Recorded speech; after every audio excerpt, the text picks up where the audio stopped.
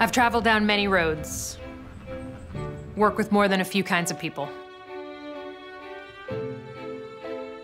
Served with Republicans and Democrats. Fought for our nation's values, fairness, democracy, individual liberty.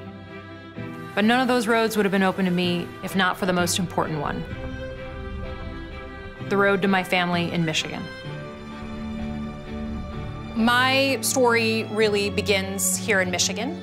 I was raised here, went to school here, and I am a third-generation Michigander. My great-grandfather sort of lived that American dream. He came through Ellis Island. He started the family meat business, High Grade Foods. We had the ballpark Franks, which were originally sold at Tiger Stadium.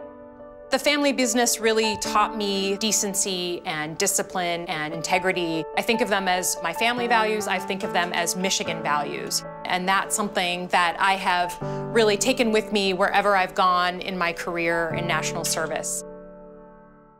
I was on my second day of graduate school in New York City at Columbia University when 9/11 took place. And in those first chaotic 12 hours, I really knew that my life was going to be defined by national service. I didn't dream of becoming a CIA officer or a leader at the Pentagon, but I knew I was called to a life of service. I was recruited by the CIA to become a Middle East analyst. I was in the White House, I served at the State Department, I served at the Pentagon.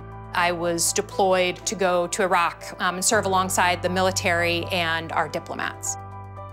I ended up serving 3 tours in Iraq, and on the 3rd tour, I met my husband, Dave, who has his own life of national service. He is a career Army officer, 30 years in the U.S. Army as an Apache pilot.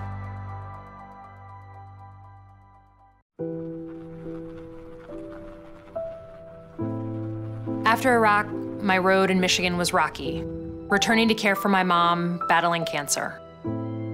She struggled for years to get health insurance given her precondition. So the debate about healthcare reform is deeply personal for me. We lost her in 2011, but her gift to me was the chance to spend time with friends and family in Michigan. Here's what I've learned from all the folks I've talked to. The pathway to the American dream, it's harder to find. Opportunities, tougher to come by. That simple idea that if we work hard and do the right thing, we can provide a better life for our kids, doesn't feel so simple anymore. And that basic responsibility that our elected officials are supposed to make the lives of their constituents better is not being lived up to. That is not service, that's selfishness. Because if they were working for us, it's simple. They'd be fighting every day to give us opportunities.